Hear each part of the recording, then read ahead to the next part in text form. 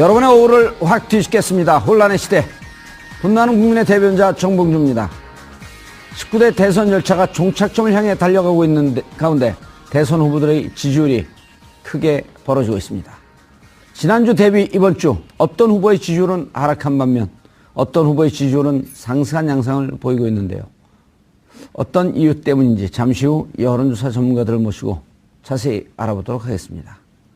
지난 12일 우병우 전 수석 영장이 기각되면서 검찰 부실수사 논란이 여론의 도마 위에 올랐었습니다. 최근 더불어민주당 의원들이 검찰이 아닌 특검이 우병우 전 수석을 수사할 수 있도록 하는 특검법을 발의했다고 합니다. 주된 내용은 무엇이며 얼마나 실효성이 있을지 오늘 자세히 살펴보도록 하겠습니다. 4월 28일 금요일 정봉주의 품격시대 시작합니다. 19대 대선이 눈앞에 다가온 가운데 대선 후보 지지율에 관심이 모이고 있습니다. 여론조사 전문기관 리얼미터가 CBS의 의뢰로 지난 24일에서 26일 전국 성인 1,520명을 대상으로 조사한 결과 더불어민주당 문재인 후보가 44.4%, 국민의당 안철수 후보가 22.8%를 기록하며 21.6%의 격차를 보인 상황. 이에 최근 김종인 전 대표 영입을 제안한 안 후보 측이 이를 계기로 문 후보와의 지지율 격차를 좁힐 수 있을지 귀추가 주목됩니다. 자유한국당 홍준표 후보는 전주 대비 소폭 상승한 13%를 기록한 상황. 일각에서는 안 후보에서 이탈한 지지층이 홍 후보로 흘러갔을 가능성을 제기하고 있습니다. 정의당 심상정 후보와 바른정당 유승민 후보는 전주보다 상승해 각각 7.5%, 5.4%를 기록한 상황. 이는 4차 TV토론의 결과가 일부 반영된 것으로 해석되고 있습니다. 4월 4주차 대선주자 지지율 추이, 지금부터 분석해보겠습니다. 4월 28일 금요일 정봉주의 품격시대 첫 번째 이슈 들어갑니다. 촛불 대선이 11일 앞으로 다가온 가운데 지지율이 또다시 변동을 보이고 있습니다. 매주 금요일마다 주요 여론조사 결과를 통해 대선 판도를 분석해보는 시간을 갖고 있는데요. 기자 한 분과 전문가 두 분 모시고 말씀 나눠보도록 하겠습니다. 김대현 주간조선 기자 자리하셨습니다. 안녕하세요. 예. 요 전에 어디 다른 방송국 갔다 오셨어요? 아닙니다. 사무실에서 열심히 일하다가 왔습니다. 근데 늦게 오셨어요. 미리 좀 와서 준비를 하시지. 늦게 오진 않았고요. 미리 오지 않았던 건데요. 전문가 아니잖아요. 전문가 두 분 모시고 함께하는 자리에 영광스럽게 동석하고 있습니다. 매주. 끝까지 말로는 안 질라 그러네. 네. 자, 박시영 윈지코리아 컨설팅 부대표 자리하셨습니다. 네, 반갑습니다. 윈지코리아 컨설팅의 박시영입니다. 이택수 여론조사 전문가, 리얼미터 대표 자리하셨습니다. 안녕하세요. 이택수입니다. 저희 TBS는 리얼미터만 인용합니다. 네, 감사합니다. 영어로 해보세요. 리얼미터? 아니요. 감사합니다를. Thank you. 웰컴. 웰컴. You're welcome. 리얼 웰컴? 자, 여론조사가 차이가 나기 시작하는데. 네, 그렇습니다. 미국의 문재인, 심상정 두 후보를 지지하는 서포터스가 있어요, 또. 미국에요? 예. 그렇습니까? 예, 도널드 트럼프. 도널드 트럼프는 아마 심상정 후보가 누군지 잘 모르겠죠. 예, 돈 내라. 사드 배치 문제 관련된 사안을 말씀하시는 거죠? 일각에서는 오늘 어제 그 기사 나오면서 선거 끝난 거 아니냐 하는 평가까지 나오던데요. 오늘 주자는 관계없기 때문에 답변하지 마십시오. 예, 알겠습니다. 여론조사 흐름이 어떻게 되죠? 예, 일단 특징을 보면 말씀하신 대로 그 양강 구도가 지금 깨지면서 일강 일중 다약 혹은 일강 다약 구도로 가는 게 아니냐라는 분석이 나오고 있습니다. 다약 구도까지요? 네네. 안철수 후보의 지지율이 빠지는 추이가 굉장히 좀 급격하다는 차원에서 보는 시각에서 이제 이런 얘기도 하고 있는데, 일단 지금 현재 문재인 후보는 40% 전후한 시 어떤 지지율에 안착한 모양새고, 안철수 후보는 20% 초반대까지 지금 현재 밀려 있는 양상입니다. 그리고 이제 홍준표 후보가 10% 초중반까지 올라가고 있는 양상이죠. 그리고 이제 심 후보는 토론을 가장 잘한 후보다라고 해서 지금 7, 8%까지 아마 그 정의당 진보정당의 대선 주자가 이 정도 지지율을 거둔 것은 아마 처음일 겁니다. 네. 그리고 유승민 후보는 여전히 3, 4%대를 확보하고 있는데요. 두 번째 특징이라고 하면 그 안철수, 홍준표, 유승민 이 세 후보가 중도 보수 진영의 표를 두고 일종의 제로섬 게임을 하고 있다. 이런 평가가 나오고 있고, 세 번째 특징은 전반적으로 탄핵 여파가 좀 희석되면서 과거 프레임, 이념과 지역구도로 재현될 양상을 보이고 있다. 이렇게 지금 세 가지 특징으로 4월 네 번째 주 여론조사 추이가 지금 보여주고 있는 것 같습니다. 예. 그런데 네. 취재 현장에 오래 계셔서 잘 아시겠지만 TV 토론이 이게 이제 정규적인 선거, 정상적인 선거, 보궐선거가 아닐 경우에 TV 토론이 이렇게까지 영향을 미친 적이 없지 않나요? 그렇습니다. 저도 이번 TV 토론을 한 차례도 놓치지 않고 시청한 사람 입장에서 보면, 예. 저한테도 미치는 영향이 좀 꽤 컸었는데, 대체적으로 그럼 시청자분들이 저와 비슷한 상황에서 아마 이 TV 토론에 나온 대선 주자들을 판단하고 있지 않을까 생각이 됩니다. 아마도 그것은 과거와는 좀 다른 조기 대선이라는 측면도 있고, 또 기존에 이 대선이 시작될 때 지역이라든가 이념이라든가 이런 구도가 상당히 좀 옅어진 상태에서 시작됐기 때문에 예. 판단의 근거가 될 가장 만한 강력한 부분에서 근거가 되는. 예, TV 토론이 좀 객관성이 좀 있다라는 측면에서 아마 좀 유권자들의 마음을 좀 많이 좀 좌우하고 있지 않은가 예. 생각이 됩니다. 그게 이제 그 부분은 탄핵 이후에 예. 국민들이 정치에 대한 관심이 굉장히 높았지 않습니까? 그렇죠. 탄핵 과정 예, 자체에서. 예. 그게 한 부분이 있다고 보여지고요. 두 번째는 말씀하신 대로 조기 대선이기 때문에 검증할 시간이 별로 없었죠, 후보들이. 예전에는 각 당의 후보로 선출이 되면 예. 몇 개월 동안 좀 검증이 있었는데 그 검증 기간이 굉장히 짧았기 때문에 TV 토론을 통해서 이 검증에 대한 공방들이 이루어졌고 그 때문에 이제 국민들의 관심도 더 높지 않았을까. 정상적인 선거라고 한다면 지금 4월이면 아직 각 당의 경선도 시작되지 않았고 네. 경선하려고 이제 운동 경기로 얘기하면 이제 옷을 좀 벗고 몸을 풀까 말까 하는 시점. 그럼 어느 선수가 옷을 유니폼을 입고 있을까라고 하면서 국민들이 지금서부터 관심을 가지면서 12월까지 자그마치 8개월 내지 10개월 정도를 들여다보는데 네. 이번엔 그렇게 할 시간이 없었다. 그렇죠. 2002년 대선에서는 각 당이 4월달, 5월달에 후보 대선 확정을 했죠. 후보를 확정했는데 그 이후의 대선부터는 계속 이게 늦춰졌습니다. 6월달, 7월달, 8월달 계속 늦춰지다 보니까 그렇긴 했습니다만 어쨌든 그럼에도 불구하고 3, 4개월 정도는 검증 기간이 있었는데 이번에는 굉장히 짧아졌다. 그렇게 생각이 듭니다. 예. 이 대표님, 네. 이번 지지율 추이를 봤을 때, 아까 잠깐 소개되는 걸 봤더니, 처음 TV 토론 시작하기 전에, 에 비해서, 네. 유일하게 안철수 후보만 하락 국면에 들었고, 나머지 4명 후보는 다 상승을 했어요. 네. 이런 것도 아주 특이한 경우 아닌가요?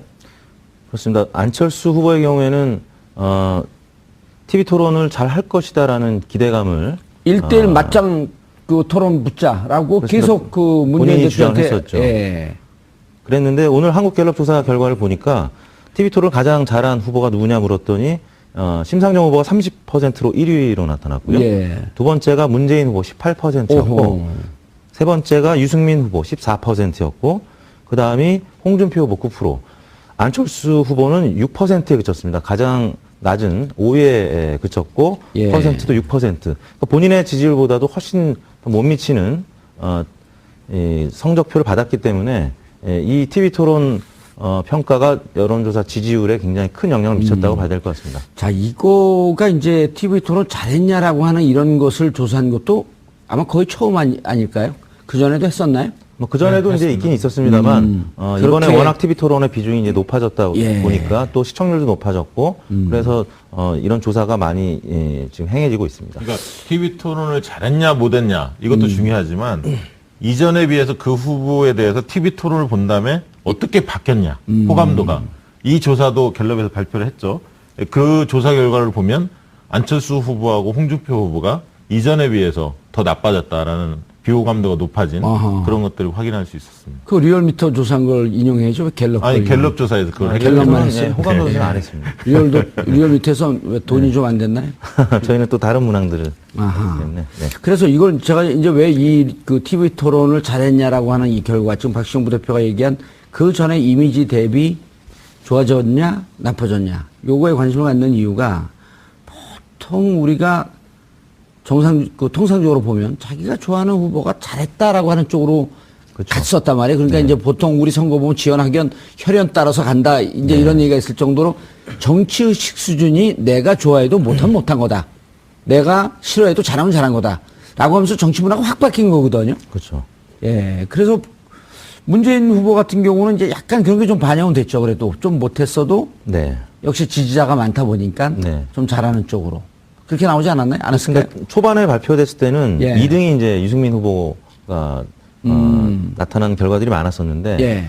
최근 들어서는 문재인 후보가 이제 심상정 다음으로 나오는 거는 말씀하신 대로 지지층이 문재인 후보가 예. 잘했다고 스스로 긍정적으로 보는 그런 효과가 예. 나타난 것이라고 보여지는데 그럼에도 불구하고 말씀하신 대로 자기가 지지하는 후보가 평가를 제대로 못 받았을 때는 실제 여론조사에도 못했다라고 응답을 해주는 솔직한 응답을 해주는 경향성이 이번 대선에서 나타난. 예. 반면에 이제 문재인 후보 같은 경우는 논란이 좀 있었단 말이에요. 네.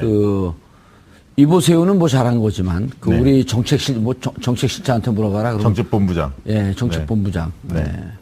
그 양당에서 전쟁할 때 예. 저쪽에서 어쩌고저쩌고 나오는 대장한테 야 우리 병장한테 물어봐. 대장이 왜 병장이야? 네. 그런 건 똑같은 거죠. 네.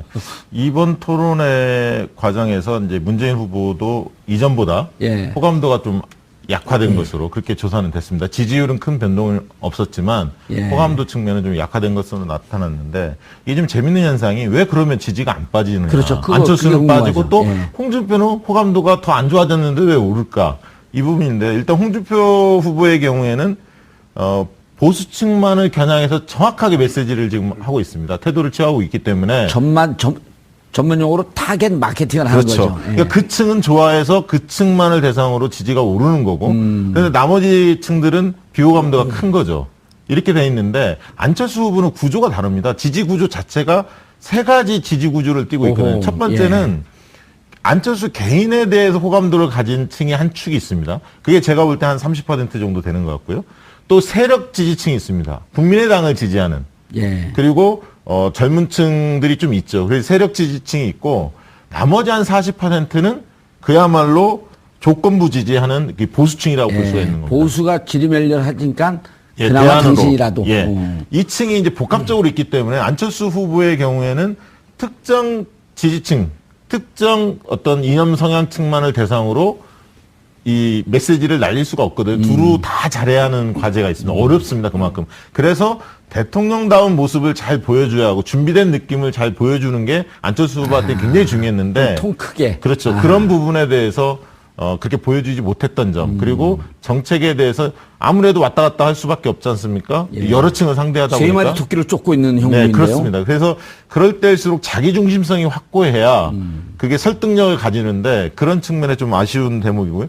상대적으로 이제 문재인 후보의 경우에는 TV 토론에서 분명히 호감도가 좀 약화됐음에도 불구하고 지지율이 좀 버티는 이유는 아무래도 문재인 후보는 세력 지지표가 거의 70% 이상이라는 거죠.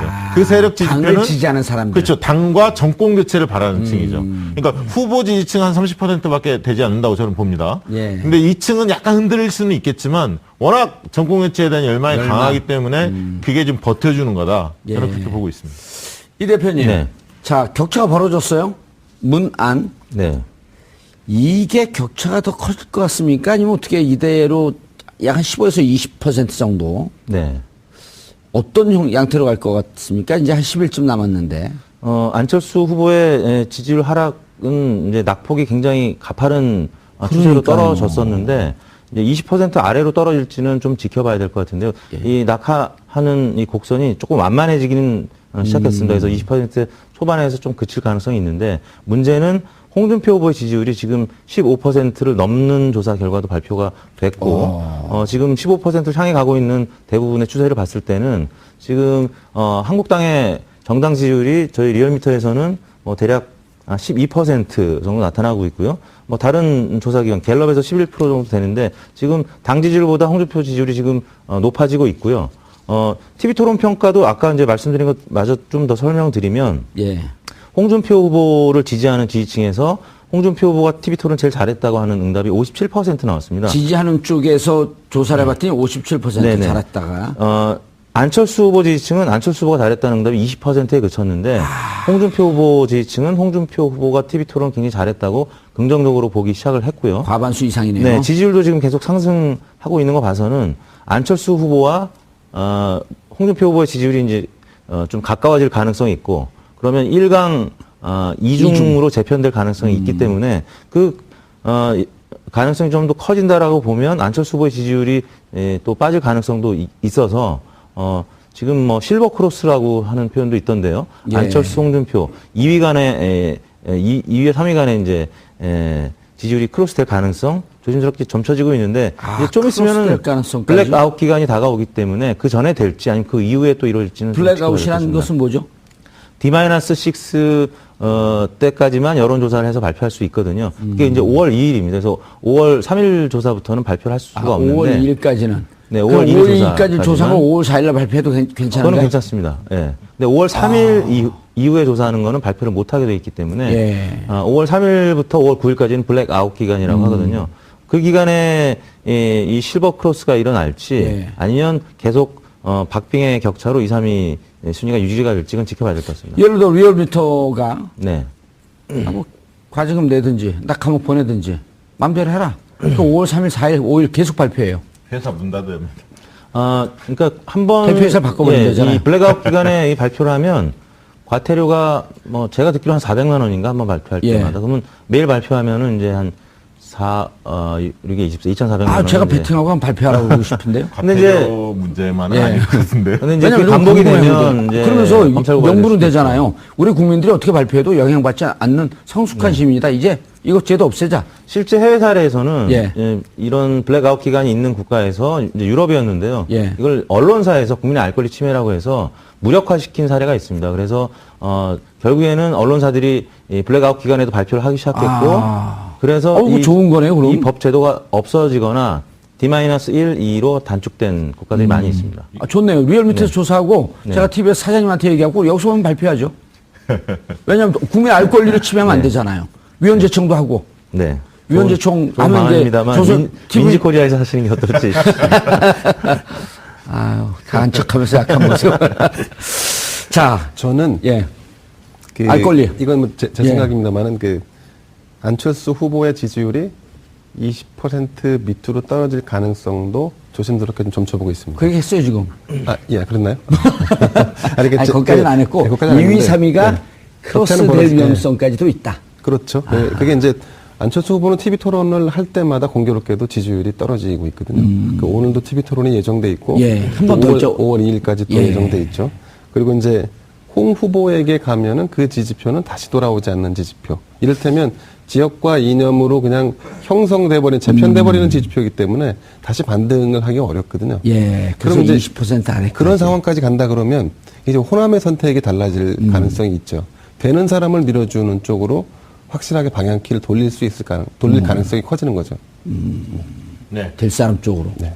월요일 날 예를 들면 언론사들이 많이 발표를 하거든요. 주말 조사를 예. 해서. 오늘이 금요일인가요? 예, 그렇죠. 그다음에 6차는 언제죠? 6차라는 게 TV 토론이 예, 5월 2일 날 있습니다. 5월 2일 날, 예. 화요일 날. 그럼 오늘이 5차가 되는 거고, 전체 그렇죠. 묶어서 예, 그렇습니다. 5차, 그 다음에 6차가 5월 2일 날. 그래서 이제 금요일 날 오늘 내일 조사하는 데도 있고 내일 모레 이렇게 조사하는 데도 있습니다. 언론사들이. 가장 신빙성이 높은 타이밍에 하네요. 그렇죠. 이 이제 조사 결과가 대개 이제 월요일 날 많이 보도가 될 텐데요. 거기에서 2위와 3위가 격차가 만약에 5% 안으로 좁혀졌다. 만약에 그렇다면 이게 역전될 가능성도 배제할 수 없죠. 그런 가능성 오히려 높다고 보여질 수도 있습니다. 추세상. 오히려 그렇게 되면 관전 포인트, 오히려 그 이른바 시중에서 가장 유행하는 제가 만든 쫀득쫀득한 느낌. 그 2위, 3위 사이에서 벌어질 수 있겠네요. 당사자들은 괴로울 겁니다. 1위가 아니어서. 예. 재밌잖아요. 그래도 그래요? 보는 사람들은. 예. 예. 그것도 심상정 후보는 본인이 15%를 넘겨서 홍준표 후보를 잡겠다. 이렇게까지 좀 나오고 있어서 아무튼 내주 월요일 날 조사 결과가 굉장히 기대가 됩니다. 예. 아니, 이택수 대표님. 그 나머지 네 분은 아주 액티브 하잖아요. 네. 예를 들어서 지금 2위, 3위는 이게 바뀌냐. 네. 아니면 15% 쳐서 일단 그 뭐라 그러죠? 보전금이라고 하나요? 그렇죠. 선거 비용 보전. 선거비용 보전금. 이거 100% 다 받을 수 있고. 네. 그거가 처음에 목표였었는데, 처음에 10% 넘을까 했더니 지금 15% 넘을 가능성, 2위와 3위 바뀔 가능성, 2위는 밀리지 않아야 된다. 네. 또 심상정 후보는 15% 넘겨야 된다. 유승민 후보는 끝까지 완주해야 된다. 2, 3, 4, 5 후보들은 아주 재미난 요소들이 있어요. 그렇습니다. 문재인 후보의 목표는 뭔가요, 그렇게 되면?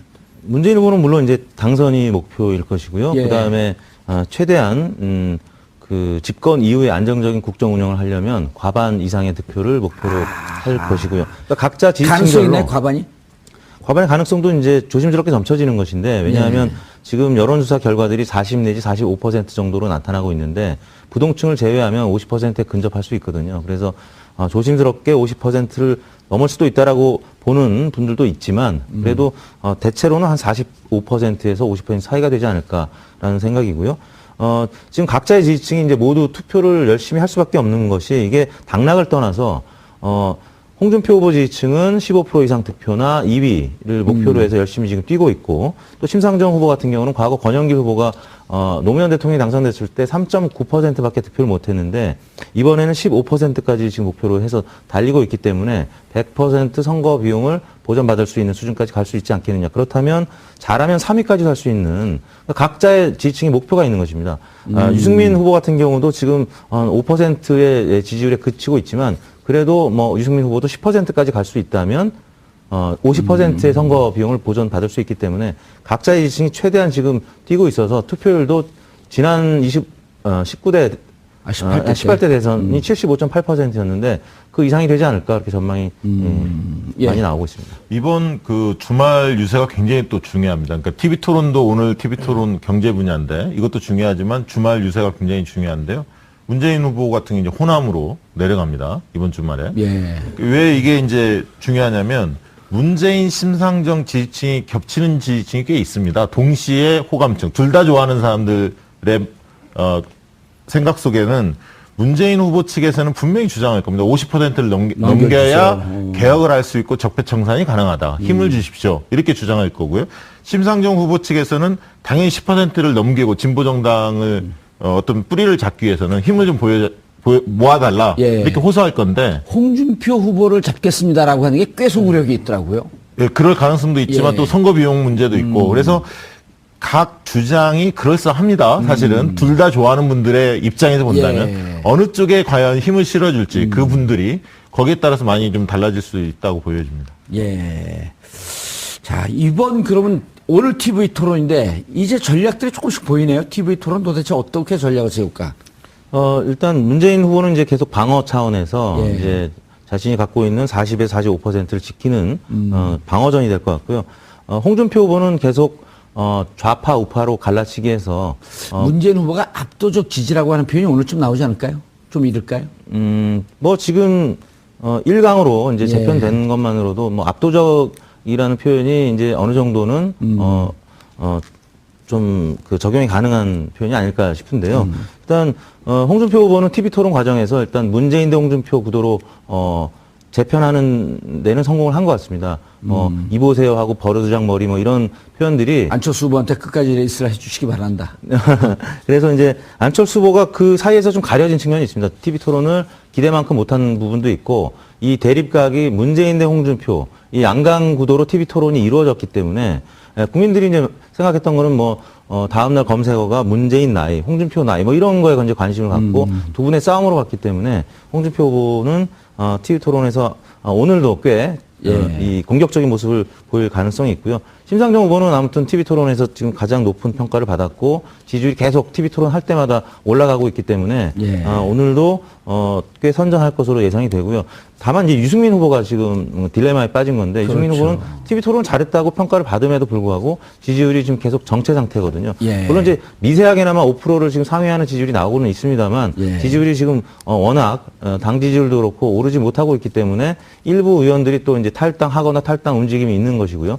근데 실제 이제 보수 중도 진영의 단일화, 이것도 사실은 선거 전에 또 그 투표 용지 인쇄 전에 이루어질 가능성은 또 크지 않기 때문에 유승민 후보가 남은 TV 토론 두 번의 기회에서 어떻게 선전할 수 있고 지지를 끌어올릴 수 있을 것인지 그 부분이 관심의 대상이 되고 있습니다. 알겠습니다. 지역 가게 되면 이제 TK 쪽에 관심이 지금 많이 쏘이고 있어요. 왜냐하면 PK 같은 경우는 이미 문재인 후보가 압도적으로 나오고 있고, TK 같은 경우는 의외로 안철수 지지율이 높았다가 점점 홍준표 후보 지지로 가고 있는데, 문재인을 막을 사람에게 표를 주자 갖고 안철수로 왔다가 급격하게 홍준표한테 빠져나간 이런 형국이거든요. 근데 이제 우리가 여기에서 홍준표 후보가 저렇게 올라가는 건 정말 상식적으로 이해가 안 되는 분들이 있잖아요. 돼지 흥분제 사태까지 터졌는데. 그 선거가 그 이제 이른바 식자층이 이성적으로 판단하는 방향만으로 흘러가지는 않죠. 특히 이제 지금 아까도 말씀드렸다시피 조기 대선이기 때문에 좀 특수한 상황들이 연출되는데, 그래서 이제 처음에 시작할 때 지역이라든가 이념의 색채가 굉장히 옅은 상태에서 출발이 됐죠. 예. 근데 시간이 가면 갈수록 홍준표 후보는 계속 사실은 어떤 측면에서 보면 지역주의를 계속 감정적으로 건드리고 있고, 또 이념적인 부분이 다시 되살아나기를 희망하는 차원에서의 TV 토론에 임하는 측면이 없지 않아 있습니다. 예. 그런 부분들이 사실은 좀처럼 살아날 것 같지 않았지만, 실제로는 TK의 어떤 그런 정통적인 그런 정서들이 다시 되살아나고 있는 거죠. 다만 이제 TV 대구 방송이었나요? 네. 대구 방송에서 아마 여론조사를 기관에 의뢰해서 한 것 같은데, 거기서 나온 데이터는 사실은 조금 좀 일반적인 데이터하고는 좀 달랐습니다. 너무 좀 튄다고나 할까요? TBC에서 했습니다. 예, TBC에서 했죠. 그게 아마 잠깐만요. 폴 스미스라고 하는 여론조사 기관에 의뢰를 해서 지난 4월 24일 대구 경북 성인 1115명을 대상으로 했는데 100% 유선조사였고 ARS였기 때문에 이게 다소 홍준표 후보가 좀 크게 앞서가는 걸로 지금 보도가 됐는데, 사실은 요 보도는 조금 좀 과하지 않나 싶고요. 나머지 여론조사 기관에서 보도하는 걸로 볼 때는 아직까지는 여전히 TK 보수의 정통 어떤 그런 기제들이 살아났다고 보기 어려운데 점차 그 방향으로 가고 있다라고 정도로 볼 수 있겠죠. 왜냐하면 이 홍준표 후보를 지지하는 사람들의 마음속에는 보수 정당을 지켜야 한다는 위기의식이 있고요. 두 번째는 뭐냐면 1위를 할 거라는 기대감은 적지만 적어도 2등은 해야겠다. 그래서 25% 이상 30%까지 힘을 보여줘야만이 정권이 넘어가도 보수 세력들이 구심이 생기고 뭔가 정권에 견제할 수 있는 힘이 있어야 한다. 힘 있는 야당. 네. 그 부분들이 굉장히 이제 그 보수 정당을 좋아하는 분들한테는 감정적으로 다가오는 거거든요. 그런 논리가. 그래서 그런 측면에서 본다면 저는 대구 경북이 유동표들 아니면 안철수 후보한테 가했던 일부 표들이 홍준표 후보 쪽으로 몰려갈 가능성이 있다. 대구 그렇게 보고 있습니다. 경북의 현재 추이가 네. 홍 후보가 한 35에서 40으로 단연 1등이고, 지금 이제 아까 조사 기간마다 약간씩 다릅니다만, 전국 1000명 조사를 할 때는 표본수가 워낙 작기 때문에 의미를 두기는 어렵습니다만, 제가 감으로 느끼는 거는 거의 30%는 돌파한 거 아닌가, 홍준표 후보가. TK에서. 예. 예. 그리고 40% 쪽으로 다가가는 것 같다. 경향성으로 본다면 그렇게 느껴집니다. 바닥 정서도 이제 그렇게 나오고 있다는 네, 거죠. 그리고 안철수 후보가 한 25% 정도에서 버티고 있고, 네. 문재인이 후보가 20%가 좀 안 되는. 한 20% 넘는 조사도 있고 안 되는 안 되는 조사도 있고 쪽으로 있는데 있고. 세대 예. 투표 현상이 대구 경북도 있어서 저는 25% 내외에서 도달하지 않을까 그렇게 생각을 합니다. 이 대표님, 네. 이번에 이제 아주 독특한 또 현상 중에 하나가 안 후보와 홍 후보가 제로섬 게임을 보이고 있어요. 네. 사실 안철수 후보가 지지율이 그동안에 높아졌던 것이 반문 사실상의 단일화 예. 후보 성격이었는데, 안철수 후보가 빠지다 보니까 다시 홍준표 후보가 반문 단일화 후보로 가능하지 않겠느냐. 이걸 보수 표심, 영남 그리고 60대 이상 유권자들이 기대를 하기 시작했고, 또 한국당 같은 경우는 이제 의석수가 굉장히 많기 때문에 예. 조직이 또 가동이 되면 워낙 이제 선거를 잘 치른 정당이기도 하죠. 그래서 그 예측들을 많이 했었죠. 조직 네. 가동되게 되면 상황이 좀 틀려질 것이다. 네. 실제 지하철역에서 인사하는 선거 운동원들 보면 한국당의 운동원들이 굉장히 많이 있습니다. 그리고 실제 국회의원들도 많이 현장을 누비면서 선거 운동을 적극적으로 하고 있고요. 예. 이것이 결국에는 한국당의 힘이 아니겠느냐. 분열했으면서도 선거 막바지 되니까 확 뭉치거든요. 그런 부분 때문에 지금 홍준표 후보가 대구 경북 지역만 1000명 조사한 조사 결과들을 보면 이제 30%를 넘는 수준으로 1위로 네. 나타나고 있거든요. 그리고 이제 지난번에도 언급했던 4.12 재보궐선거에서 또 30%를 넘는 그런 득표율을 보인 지역들이 많았기 때문에 실제 지금 현재 여론조사에서 나타나는 지지율보다는 훨씬 더 많은 득표를 하지 득표를 하지 않겠느냐. 않겠느냐. 샤이 보수 표심이 적어도 안철수 후보보다는 홍준표 후보 쪽에 더 많지 않겠느냐라고 이제 바라보는 것이죠. 자, 박 부대표님. 네. 이게 제로섬 게임이라고 하는 것은 특히 보수층에서 네. 안철수 지지층으로 갔다가 빠진 만큼 지금 홍준표 후보에게 가고 있단 말이에요. 네. 그러니까 안철수 후보 입장에서는 늘 지금 아까 처음 시작할 때 3마리 토끼를 잡으면서 전략을 얻다 맞추기 대단히 좀 그 난맥상을 겪고 있고 오히려 대통령다운 모습을 보였으면은 이 세 층으로부터 또 다 지지를 받을 수 있었던 네. 전략의 미스라고 하는 측면도 이제 좀 지적을 했는데 자, 문제는 곤혹스러운 게 보수층만 빠지는 게 아니라 전통적 자당 의원들이 가장 많은 21명 정도가 버티고 있는 호남에서 지지율이 빠지고 있거든요. 이건 어떻게 해야 됩니까? 그러니까 지금 호남에서 역전을 하지 못하면 주말 사이에 예.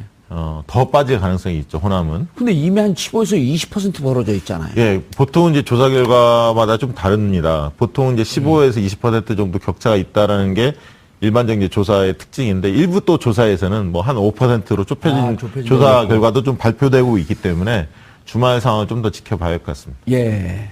이런 와중에 안철수 후보는 추호 김종인 선생을 또 영입하겠다고. 영입은 안 됐죠, 아직.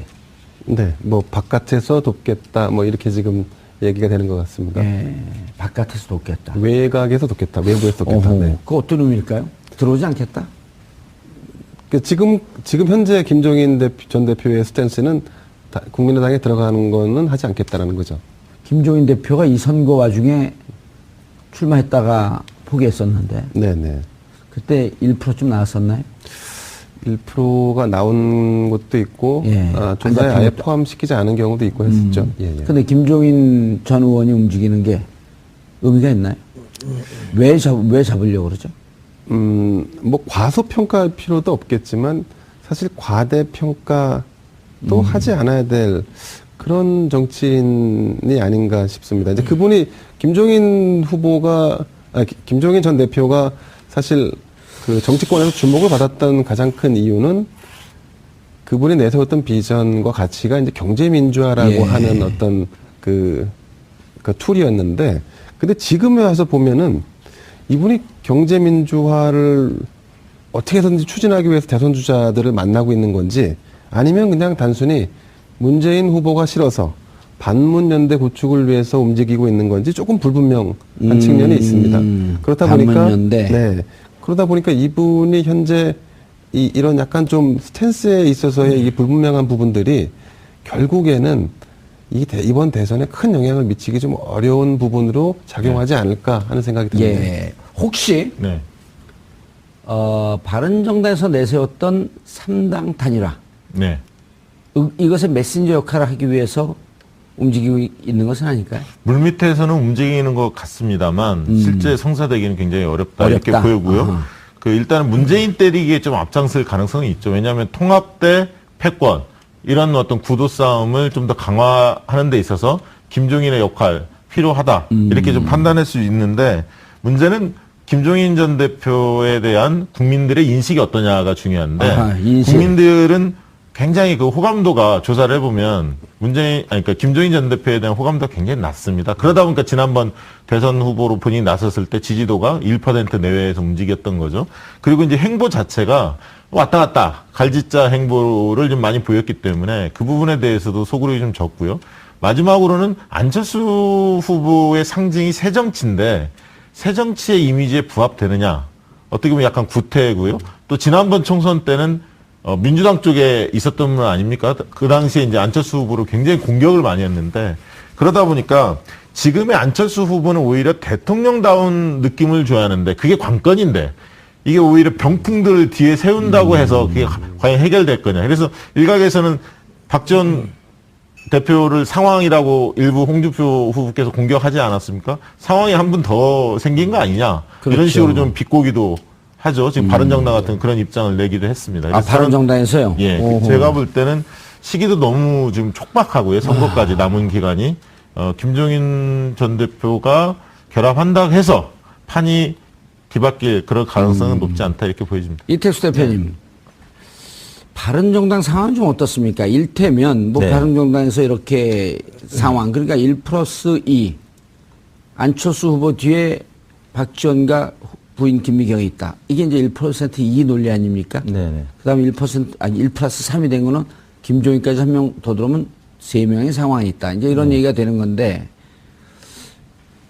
이게 바른정당에서 이 입장이 나왔단 말이에요. 김종인이 움직이는 것과, 그럼 이게 후보 단일하면 바른정당과 제일 가까울 텐데, 바른정당 입장은 어떻습니까? 바른정당 움직임. 내부에서는 이제 친유승민 계보가 있고 예. 그 외에 이제 김무성 전 대표를 또 축으로 하는 비유승민 이제 계보가 있는데 일단 오늘 이은재 의원이 탈당하겠다고 기자회견을 하지 않았습니까? 예. 그래서 일부 의원들은 이제 한국당 쪽으로 다시 회귀하는 의원들이 분명히 있을 수밖에 없고요. 끝까지 합리적 보수, 개혁적 보수를 표방하는 유승민 의원을 따르는 유승민 후보를 따르는 의원들은 또 남아 있을 겁니다. 그래서 소수 정당으로 계속 대선 이후에도 있을 가능성이 있는데 그 세력은 굉장히 약화될 가능성이 있고 유승민 후보가 이제 적어도 10% 이상 득표하면 내년 지방선거나 그다음 총선에서 또 꽤 선전할 가능성도 있다고 보겠으나 10%를 만약 득표하지 못하면 현역 의원들은 굉장히 불안할 겁니다. 그래서 예. 지방선거를 앞두고 상당수 의원들이 다시 한국당으로 복귀하지 않을까 이렇게 예. 전망하는 시각도 있는 것 같습니다. 박시영 대표님, 이번 선거를 끝내고 네. 정치권에서 이제 늘상 쓰이면서도 별로 위력을 발휘하지 못했던 단어가 합종연횡, 네. 정계 개편, 네. 급속화되지 않을까요? 정계 개편은 있을 가능성이 굉장히 높죠. 그렇죠. 그리고 어차피 지금 문재인 그 후보가 만약 예. 대통령이 된다고 한다면 과반수가 넘지 않고 뭐 그래도 충분히 할 수 있다. 행정부가 잘 정비되면 충분히 국정 수행을 잘할 수 있다라고 하지만 그래도 과반수 의석을 확보하게 되면 훨씬 더 탄력을 받지 않을까요? 예, 이제 문재인 후보는 공개적으로 표명을 했죠. 통합정부를 꾸리겠다. 아하. 그래서 내각은 통합적으으로 운영하되 예. 국민의당과는 통합을 할 수도 있고 그다음에 정의당과는 연대를 고려할 수 있다. 이렇게 좀 이야기를 했습니다. 통합과 연대. 네. 예. 그러나 이제 이게 바른정당과는요? 바른정당까지는 얘기를 하지 않았죠. 배제하지는 않죠. 왜냐하면 탄핵을 찬성했던 세력과는 선을 긋지만 반성을 한다면 바른정당과도 손을 잡을 수 있다는 걸 암시를 했지만 제가 볼 땐 바른정당이 지금의 형태로 그대로 계속 존재할 가능성이 그렇게 높지는 않아서 않죠. 이게 굉장히 당이 4분 5일 될 가능성이 있거든. 바른정당의 경우에는. 예. 그래서 정계 개편 가능성은 분명히 있습니다. 그리고 특히 이제 지방선거라는 게 있기 때문에 지방선거를 대비해서 사람들이 자기 이해관계에 따라서 얼마든지 움직일 수 있는데 문제는 이게 구태로 보여서는 안 된다는 거죠. 명분이 있어야 한다는 겁니다. 그래서 그런 명분을 얼마나 갖고 추진할지는 좀 지켜봐야 할 것 같습니다. 예. 이택수 대표님. 네. 이번에 사전 투표는 대통령 선거에서 처음 시행되는 건가요? 네, 재보궐선거이기 때문에 그렇지 않은가요? 네, 처음 네네. 하는 겁니다. 예, 대통령 선거 처음. 네. 2012년에는 안 했나요? 네, 안 네, 했어요. 안 한 걸로 그럼 알고 있습니다. 2014년 지방선거서부터 네. 16년 대통령 선거는 처음인데, 네. 2014년 지방선거, 16년 국회의원 선거에서 하루 줬단 말이에요. 네. 이번에 이틀이에요. 네. 어떤 의미가 있을까요?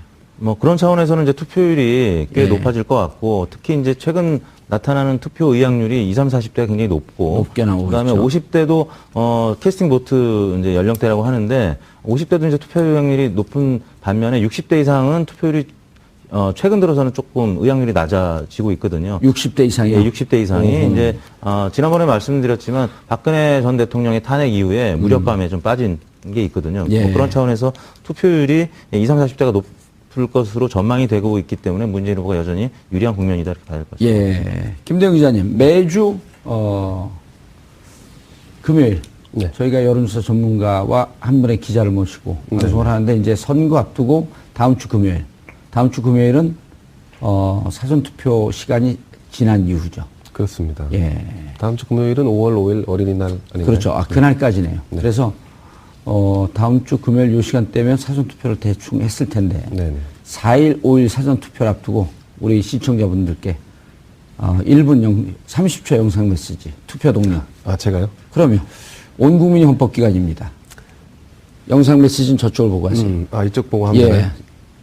3번 카메라 큐였습니다. 근데 제가 이런 영상을 띄워야 될 하기 싫으면 말고요. 네, 그럼 한번 해보겠습니다. 예. 그 정치는 참여가 핵심이니까요. 참여하지 않으면 정치가 발전할 수 없다. 그리고 또 누구를 지지하느냐가 중요하기보다는 어떤 정책을 가지고 있는 사람들이 두루두루 경쟁하는 이 가운데서 대중들이 이 경쟁하는 사람들을 감시하거나 제대로 지켜보고 있다라고 하는 것을 투표로 보여주면 그것이 궁극적으로는 국민에게 혜택으로 돌아올 수 있다.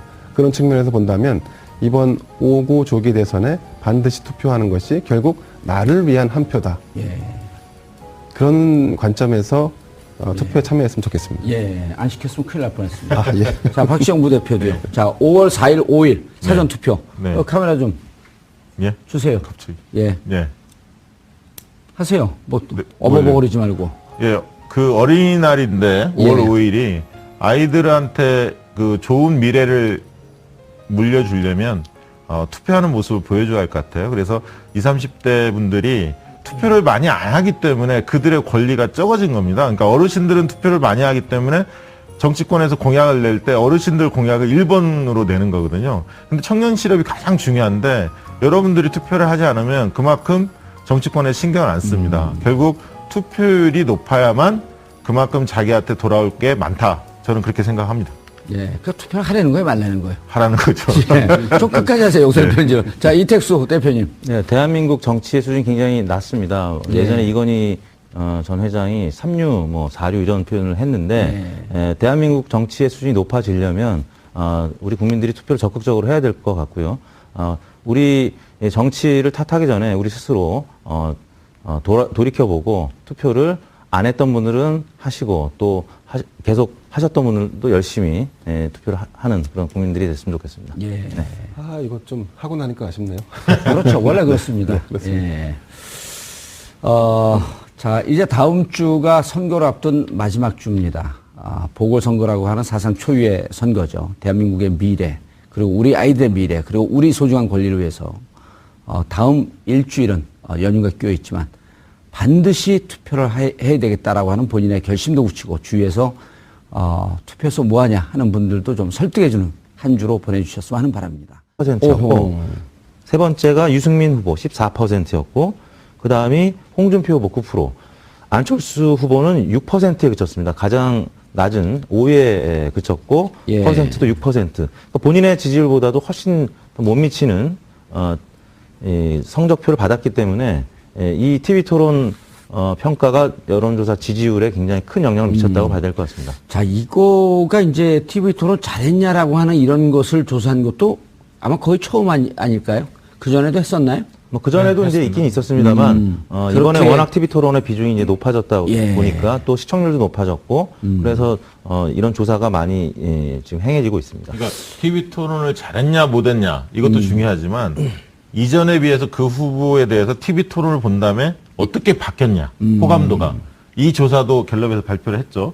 그 조사 결과를 보면 안철수 후보하고 홍준표 후보가 이전에 비해서 더 나빠졌다라는 비호감도가 높아진 아하. 그런 것들을 확인할 수 있었습니다. 그 리얼미터 조사한 걸 인용해야죠. 왜 갤럽? 아니 걸 갤럽 조사에서 그걸 갤럽만 했겠죠. 했어요? 호감도 조사 안 했습니다. 리얼미터에서 왜 돈이 좀 안 됐나요? 저희는 또 다른 문항들을 아하. 하기 때문에. 네. 그래서 이걸 제가 이제 왜 이 그 TV 토론을 잘했냐라고 하는 이 결과, 지금 박시영 부대표가 얘기한 그 전에 이미지 대비 좋아졌냐, 나빠졌냐, 요거에 관심을 갖는 이유가 보통 우리가 통상적으로 보면 자기가 좋아하는 후보가 잘했다라고 하는 쪽으로 갔었단 말이에요. 그러니까 이제 보통 우리 선거 보면 지원 학연 혈연 따라서 간다. 이제 이런 얘기가 있을 정도로 정치의식 수준이 내가 좋아해도 못하면 못한 거다. 내가 싫어해도 잘하면 잘한 거다. 라고 하면서 정치 문화가 확 바뀐 거거든요. 그렇죠. 예. 그래서 문재인 후보 같은 경우는 이제 약간 그런 게 좀 반영은 됐죠. 그래도 좀 못했어도 네. 역시 지지자가 많다 보니까 네. 좀 잘하는 쪽으로. 그렇게 나오지 않았나요? 안 했을까요? 그러니까 초반에 발표됐을 때는 예. 2등이 이제 유승민 후보가 나타난 결과들이 많았었는데 예. 최근 들어서는 문재인 후보가 이제 심상정 다음으로 나오는 거는 말씀하신 대로 지지층이 문재인 후보가 예. 잘했다고 스스로 긍정적으로 보는 그런 효과가 예. 나타난 것이라고 보여지는데 그럼에도 불구하고 말씀하신 대로 자기가 지지하는 후보가 평가를 제대로 못 받았을 때는 실제 여론조사에도 못했다라고 응답을 해주는, 솔직한 응답을 해주는 경향성이 이번 대선에서 나타난. 예. 반면에 이제 문재인 후보 같은 경우는 논란이 좀 있었단 말이에요. 네. 이보세요는 뭐 잘한 거지만 네. 우리 정책실장한테 물어봐라. 그럼 정책본부장. 예, 정책본부장. 네. 네. 그 양당에서 전쟁할 때 예. 저쪽에서 어쩌고저쩌고 나오는 대장한테 야 우리 병장한테 물어봐. 대장 왜 병장이야? 네. 그런 건 똑같은 거죠. 네. 이번 토론회 과정에서 이제 했나요? 그렇습니다. 저도 이번 TV 토론을 한 차례도 놓치지 않고 시청한 사람 입장에서 보면 예. 저한테도 미치는 영향이 좀 꽤 컸었는데 대체적으로 그럼 시청자분들이 저와 비슷한 상황에서 아마 이 TV 토론에 나온 대선 주자들을 판단하고 있지 않을까 생각이 됩니다. 아마도 그것은 과거와는 좀 다른 조기 대선이라는 측면도 있고 또 기존에 이 대선이 시작될 때 지역이라든가 이념이라든가 이런 구도가 상당히 좀 옅어진 상태에서 시작됐기 때문에 예. 판단의 근거가 될 가장 만한 강력한 부분에서 근거가 되는. 예, TV 토론에 좀 객관성이 좀 있다라는 측면에서 아마 좀 유권자들의 마음을 좀 많이 좀 좌우하고 있지 않은가 예. 생각이 됩니다. 그게 이제 그 부분은 그 탄핵 이후에 예. 국민들이 정치에 대한 관심이 굉장히 높았지 않습니까? 그렇죠. 탄핵 과정 예, 자체에서. 예. 그게 한 부분이 있다고 보여지고요. 두 번째는 말씀하신 대로 조기 대선이기 때문에 검증할 시간이 별로 없었죠, 후보들이. 예전에는 각 당의 후보로 선출이 되면 예. 몇 개월 동안 좀 검증이 있었는데 그 검증 기간이 굉장히 짧았기 때문에 TV 토론을 통해서 이 검증에 대한 공방들이 이루어졌고 그 때문에 이제 국민들의 관심도 더 높지 않았을까. 정상적인 선거라고 한다면 지금 4월이면 아직 각 당의 경선도 시작되지 않았고 네. 경선하려고 이제 운동 경기로 얘기하면 이제 옷을 좀 벗고 몸을 풀까 말까 하는 시점. 그럼 어느 선수가 옷을 유니폼을 입고 있을까라고 하면서 국민들이 지금서부터 관심을 가지면서 12월까지 자그마치 8개월 내지 10개월 정도를 들여다보는데 네. 이번엔 그렇게 할 시간이 없었다. 그렇죠. 2002년 대선에서는 각 당이 4월달, 5월달에 후보 대선 확정을 했죠. 후보를 확정했는데 그 이후의 대선부터는 계속 이게 늦춰졌습니다. 6월달, 7월달, 8월달 계속 늦춰지다 보니까 그렇긴 했습니다만 어쨌든 그럼에도 불구하고 3, 4개월 정도는 검증 기간이 있었는데 이번에는 굉장히 짧아졌다. 그렇게 생각이 듭니다. 예. 이 대표님, 네. 이번 지지율 추이를 봤을 때, 아까 잠깐 소개되는 걸 봤더니, 처음 TV 토론 시작하기 전에, 에 비해서, 네. 유일하게 안철수 후보만 하락 국면에 들었고, 나머지 4명 후보는 다 상승을 했어요. 네. 이런 것도 아주 특이한 경우 아닌가요? 그렇습니다. 안철수 후보의 경우에는 TV 토론을 잘 할 것이다라는 기대감을 1대1 맞짱 토론 붙자라고 그렇습니다. 계속 문재인 본인이 대표한테 주장했었죠. 예. 그랬는데 오늘 한국갤럽 조사 결과를 보니까 TV 토론을 가장 잘한 후보가 누구냐 물었더니 심상정 후보가 30%로 1위로 나타났고요. 예. 두 번째가 문재인 후보 18%. 여러분의 오후를 확 뒤집겠습니다. 혼란의 시대. 분나는 국민의 대변자 정봉주입니다. 19대 대선 열차가 종착점을 향해 달려가고 있는 가운데 대선 후보들의 지지율이 크게 벌어지고 있습니다. 지난주 대비 이번 주 어떤 후보의 지지율은 하락한 반면 어떤 후보의 지지율은 상승한 양상을 보이고 있는데요. 어떤 이유 때문인지 잠시 후 여론조사 전문가들을 모시고 자세히 알아보도록 하겠습니다. 지난 12일 우병우 전 수석 영장이 기각되면서 검찰 부실 수사 논란이 여론의 도마 위에 올랐었습니다. 최근 더불어민주당 의원들이 검찰이 아닌 특검이 우병우 전 수석을 수사할 수 있도록 하는 특검법을 발의했다고 합니다. 주된 내용은 무엇이며 얼마나 실효성이 있을지 오늘 자세히 살펴보도록 하겠습니다. 4월 28일 금요일 정봉주의 품격시대 시작합니다. 19대 대선이 눈앞에 다가온 가운데 대선 후보 지지율에 관심이 모이고 있습니다. 여론조사 전문기관 리얼미터가 CBS의 의뢰로 지난 24일에서 26일 전국 성인 1,520명을 대상으로 조사한 결과 더불어민주당 문재인 후보가 44.4%, 국민의당 안철수 후보가 22.8%를 기록하며 21.6%의 격차를 보인 상황. 이에 최근 김종인 전 대표 영입을 제안한 안 후보 측이 이를 계기로 문 후보와의 지지율 격차를 좁힐 수 있을지 귀추가 주목됩니다. 자유한국당 홍준표 후보는 전주 대비 소폭 상승한 13%를 기록한 상황. 일각에서는 안 후보에서 이탈한 지지층이 홍 후보로 흘러갔을 가능성을 제기하고 있습니다. 정의당 심상정 후보와 바른정당 유승민 후보는 전주보다 상승해 각각 7.5%, 5.4%를 기록한 상황. 이는 4차 TV토론의 결과가 일부 반영된 것으로 해석되고 있습니다. 4월 4주차 대선주자 지지율 추이, 지금부터 분석해보겠습니다. 4월 28일 금요일 정봉주의 품격시대 첫 번째 이슈 들어갑니다. 촛불 대선이 11일 앞으로 다가온 가운데 지지율이 또다시 변동을 보이고 있습니다. 매주 금요일마다 주요 여론조사 결과를 통해 대선 판도를 분석해보는 시간을 갖고 있는데요. 기자 한 분과 전문가 두 분 모시고 말씀 나눠보도록 하겠습니다. 김대현 주간조선 기자 자리하셨습니다. 안녕하세요. 예. 요 전에 어디 다른 방송국 갔다 오셨어요? 아닙니다. 사무실에서 예. 열심히 일하다가 왔습니다. 근데 늦게 오셨어요. 미리 좀 와서 준비를 하시지. 늦게 오진 않았고요. 미리 오지 않았던 건데요. 전문가 아니잖아요. 전문가 두 분 모시고 함께하는 예. 자리에 영광스럽게 예. 동석하고 있습니다. 매주. 끝까지 말로는 안 질라 그러네. 자, 박시영 윈지코리아 컨설팅 부대표 자리하셨습니다. 네, 반갑습니다. 예. 윈지코리아 컨설팅의 박시영입니다. 이택수 여론조사 전문가, 리얼미터 대표 네, 자리하셨습니다. 안녕하세요. 예. 됐습니다. 저희 TBS는 리얼미터만 인용합니다. 네, 감사합니다. 예, 영어로 해보세요. 리얼미터? 아니요. 감사합니다를. Thank you. 웰컴. 웰컴. You're welcome. 예. 리얼 웰컴? 자, 여론조사가, 차이가 나기 시작하는데. 네, 그렇습니다. 미국의 문재인, 심상정 두 후보를 지지하는 서포터스가 있어요, 또. 미국에요? 예. 그렇습니까? 예, 도널드 트럼프. 도널드 트럼프는 예, 아마 돈 내라. 심상정 후보가 누군지 잘 모르겠죠. 예, 돈 내라. 사드 배치 예. 문제 관련된 예. 사안을 말씀하시는 거죠? 일각에서는 오늘 어제 그 기사 나오면서 선거 끝난 거 아니냐 하는 평가까지 나오던데요. 오늘 주제와는 관계없기 때문에 답변하지 마십시오. 예, 알겠습니다.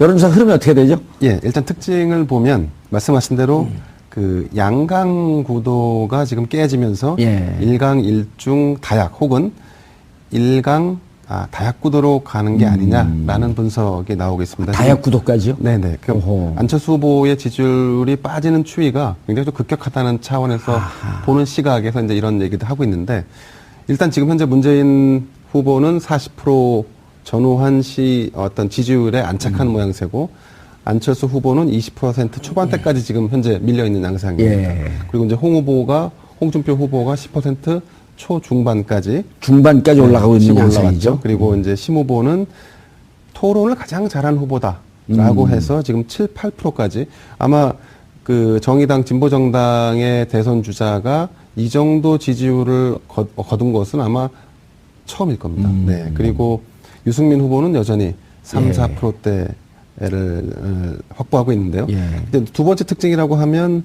그 안철수, 홍준표, 유승민 이 세 후보가 중도 보수 진영의 표를 두고 일종의 제로섬 게임을 하고 있다. 이런 평가가 나오고 있고 세 번째 특징은 전반적으로 탄핵 여파가 좀 희석되면서 과거 프레임, 이념과 지역 구도로 재현될 양상을 보이고 있다.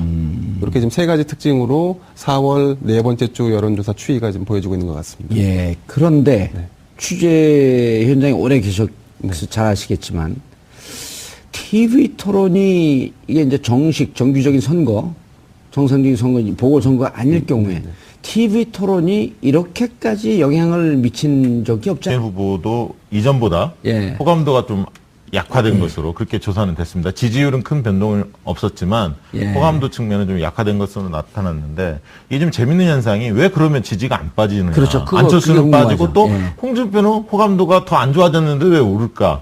이 부분인데 일단 홍준표 후보의 경우에는 보수층만을 겨냥해서 정확하게 메시지를 지금 하고 있습니다. 태도를 취하고 있기 때문에 전문 용어로 타겟 마케팅을 하는 그렇죠. 거죠. 예. 그러니까 그 층은 좋아해서 그 층만을 대상으로 지지가 오르는 거고, 그런데 나머지 층들은 비호감도가 큰 거죠.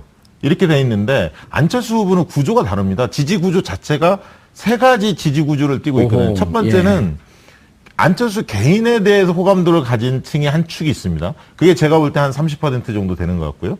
또 세력 지지층이 있습니다. 국민의당을 지지하는. 예. 그리고 젊은 층들이 좀 있죠. 그래서 세력 지지층이 있고 나머지 한 40%는 그야말로 조건부 지지하는 보수층이라고 볼 수가 있는 겁니다. 보수가 지리멸렬하니까 예, 그나마 대안으로. 당신이라도. 예. 이 층이 이제 복합적으로 있기 때문에 안철수 후보의 경우에는 특정 지지층, 특정 어떤 이념 성향층만을 대상으로 이 메시지를 날릴 수가 없거든요. 두루 다 잘해야 하는 과제가 있습니다. 어렵습니다. 그만큼. 그래서 대통령다운 모습을 잘 보여줘야 하고 준비된 느낌을 잘 보여주는 게 안철수 후보한테 굉장히 중요했는데 통 크게. 그렇죠. 그런 부분에 대해서 그렇게 보여주지 못했던 점 그리고 정책에 대해서 아무래도 왔다 갔다 할 수밖에 없지 않습니까? 예. 여러 층을 상대하다 세 보니까 마리 토끼를 쫓고 있는 형국인데요. 네, 그렇습니다. 그래서 그럴 때일수록 자기 중심성이 확고해야 그게 설득력을 가지는데 그런 측면에 좀 아쉬운 대목이고요. 상대적으로 이제 문재인 후보의 경우에는 TV 토론에서 분명히 호감도가 좀 약화됐음에도 불구하고 지지율이 좀 버티는 이유는 아무래도 문재인 후보는 세력 지지표가 거의 70% 이상이라는 거죠. 그 세력 지지표는 당을 지지하는 사람들. 그렇죠. 당과 정권 교체를 바라는 층이죠. 그러니까 후보 지지층 한 30%밖에 되지 않는다고 저는 봅니다. 예. 근데 이 층은 약간 흔들릴 수는 있겠지만 워낙 정권 교체에 대한 열망이 강하기 때문에 그게 좀 버텨주는 거다. 저는 예. 그렇게 보고 있습니다. 이 대표님. 네. 자, 격차가 벌어졌어요. 문안. 네. 이게 격차가 더 커질 것 같습니까? 아니면 어떻게 이대로 약 한 15에서 20% 정도 네. 어떤 양태로 갈 것 같습니까? 이제 한 10일쯤 남았는데. 안철수 후보의 지지율 하락은 이제 낙폭이 굉장히 가파른 추세로 그러니까요. 떨어졌었는데 이제 20% 아래로 떨어질지는 좀 지켜봐야 될 것 같은데요. 이 낙하하는 이 곡선이 조금 완만해지기는 시작했습니다. 그래서 20% 초반에서 좀 그칠 가능성이 있는데 문제는 홍준표 후보의 지지율이 지금 15%를 넘는 조사 결과도 발표가 됐고